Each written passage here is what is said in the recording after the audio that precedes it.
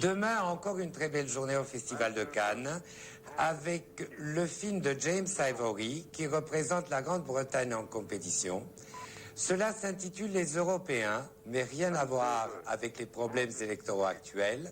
Ces Européens-là, ce sont les premiers Américains, évoqués par Henry James, œuvre d'après laquelle James Ivory a fait son film. Et dans l'extrait que vous allez voir bientôt, vous remarquerez qu'il s'agit de personnages tout à fait idéalisés, purs, tendres et très romantiques. Voici les images de James Ivory.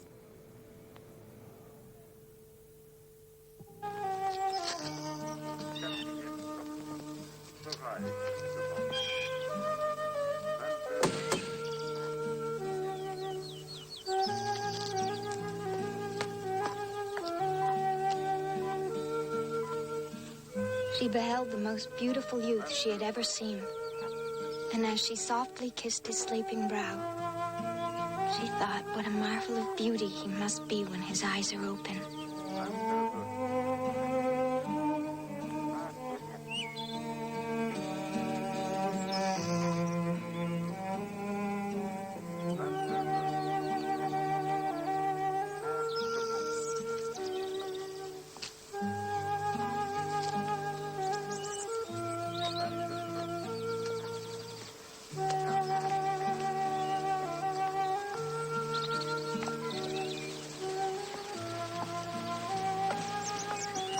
Would you kindly tell me if I have the honor of speaking to Miss Wentworth?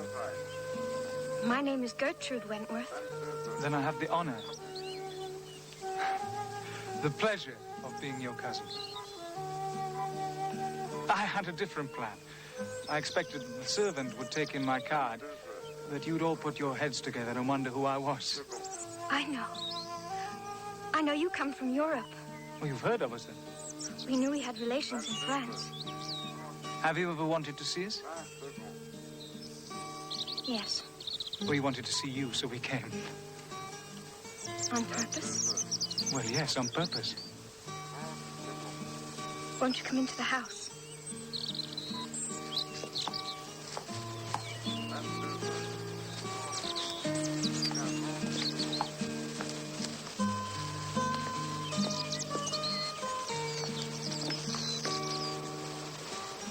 L'autre événement de la journée de demain, c'est l'arrivée de John Huston.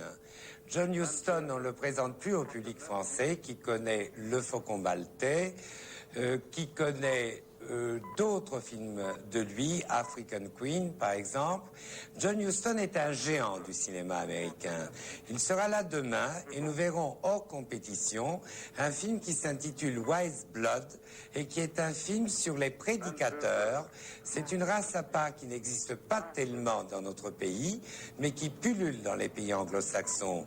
Dans l'extrait que nous allons voir bientôt de Wise Blood, on va à peu près en 2 minutes saisir le sens de ce très grand film qui, je le répète, n'est pas en concours, mais qui est un événement. Something that would speak plain. Now, the church without Christ don't have a Jesus, but it needs one. It needs a new Jesus, one that's all man without blood to waste, that don't look like any other man, so you'll look at him. Give me such a Jesus. I got him. I mean, I can get him. Him, you've seen him yourself. Him that I showed to you, the new Jesus. I'll get him. I'll get him for you, Hazel. You look at me, and you look at a peaceful man. Peaceful because my blood has set me free.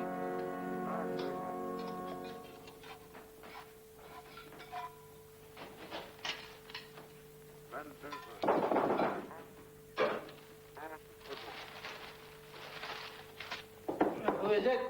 Me. Come in.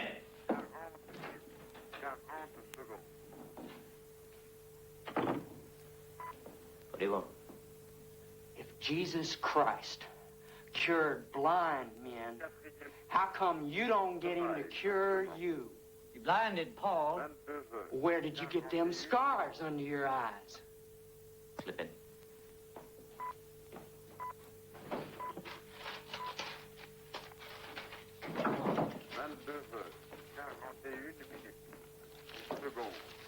Yeah.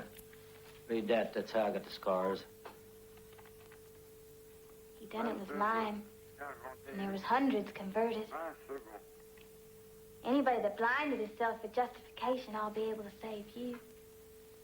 Or even somebody of his blood. Nobody with a good car needs to be justified.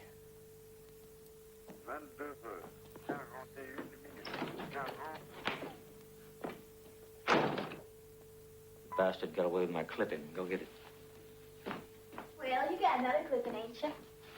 The one that says evangelist nerve failed.